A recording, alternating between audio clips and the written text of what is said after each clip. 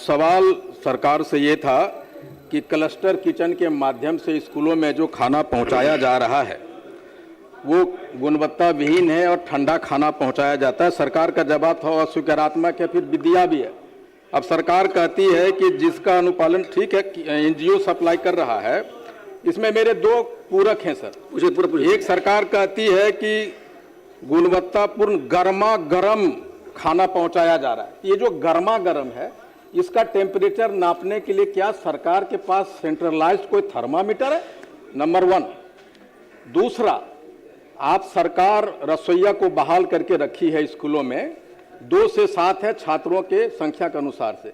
जब आपके पास रसोइया है तो क्या सरकार ये जो क्लस्टर किचन बाहर में बिठा के रखी है एनजीओ के माध्यम से, हम अब वही एनजीओ हमारे पास जो रसोइया उसको यूज करके स्कूल में ही खाना बना सकता है कि नहीं? ये दो मेरे पूरक है सर। माननीय मंत्री। माननीय अध्यक्ष महोदय, जहाँ तक गुणवत्ता का प्रश्न है तो उसके लिए हम लोगों ने अच्छी संस्थाओं से थर्ड पार्टी मूल्यांकन कराया जाता है। इस आलोक में जो थर्ड पार्टी हम कहना चाहेंगे, जैसे Chandragupt institute of management and planning CIMP Patna से, Asian development research institute ADRI से, Lalit Narayan Mishra institute of economic development and social change LN Mishra institute जो है, development of management institute Patna, Indian institute of management Bodhgaya, institute of hotel management catering technology and applied nutrition IHM Bodhgaya.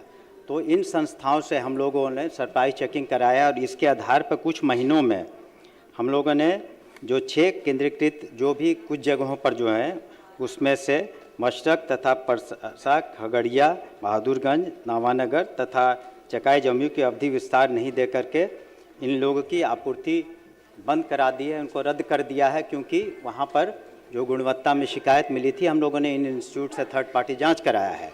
तो इसलिए, और रसोइयों का जहाँ तक माननीय मुख्यमंत्री के निर्देश पर उनका मानदेय भी दुगना हुआ और अधिकांश जगहों पर उन्हीं के द्वारा ये किया जा रहा है। लेकिन संख्या चूँकि छात्र छात्राओं की, कृपया माननीय महोदय सदन ये जानना चाहेगा, ये बताना चाहेंगे कि अमूमन जिस दिन हमारा स्कूल चलता है तो 1 करोड़ 3 लाख बच्चों को हम लोग मध्याह्न भोजन देते हैं और हम लोग के पास रसोइयों की संख्या करीब 2 लाख है। तो इस वजह से कई जगह ये ज़रूरत पड़ जाती है कि हम लोग एनजीओ के माध्यम से इस तरह की कार्रवाई करें।